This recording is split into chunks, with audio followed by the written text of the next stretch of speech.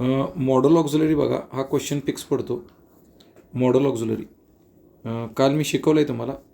याच्यामध्ये कॅनची जोडी कोणावर आहे? कॅनची जोडी can ability, could ability in past, should advice, would unfulfilled action in past, may permission आहे, पॉसिबिलिटी आहे, less certainty less definity, might त्याचे दिलेलं आहे, मस्टचं दिलेलं आहे, विलची जोडी दिलेली आहे आणि ह्याची जोडी दिलेली आहे. याचे ॲन्सर्स कसे लिहितात बघा. याच्यामध्ये एवढाच बदल असतो की आता हा क्वेश्चन दिला आहे रेड कलरमध्ये, हा रेड कलरमधला क्वेश्चन आहे. ह्याच्यामध्ये सांगितले की पिक आउट द, बघा ह्याच्यात सांगितले की pick out the modal auxiliary, pick out the modal auxiliary सांगितले. मग ह्याच्यामध्ये मॉडेल ऑक्झिलरी कोण आहे? ह्याच्यामधला मॉडेल ऑक्झिलरी हाय.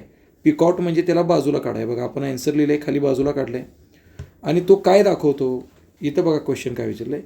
स्टेट इट्स फंक्शन, फंक्शन विचारलं आहे.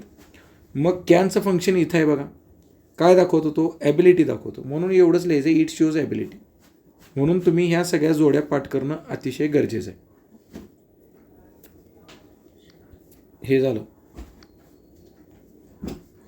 आता याची दुसरी सूचना बघा की पुन्हा सेम सेंटेन्स आहे, ही कॅन डू इट.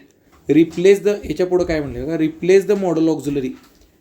काय रिप्लेस करा? शोईंग द कंपल्शन रिप्लेस करा. कोणाला रिप्लेस करा? या मॉडेल ऑक्झिलरीला रिप्लेस करा. पण कुठला रिप्लेस कोण टाकायचा आहे? रिप्लेस म्हणजे या साईडपैकी एक जण टाकणार आहे. पण ह्यांनी काय सांगितलं इथं? कंपल्शन. मग कंपल्शनची जोडी कोणाबरोबर आहे? बघा इथं आहे ही कंपल्शन. मग कंपल्शनची जोडी कोणाबरोबर आहे? या मस्ट बरोबर आहे. त्यामुळे इथं फक्त आपण मस्ट लिहिलं आहे. म्हणजे या पद्धतीने तुमच्या या जोड्या पाठ असतील तर मॉडेल ऑक्झिलरी हा बाळांनो फिक्स क्वेश्चन पडतो.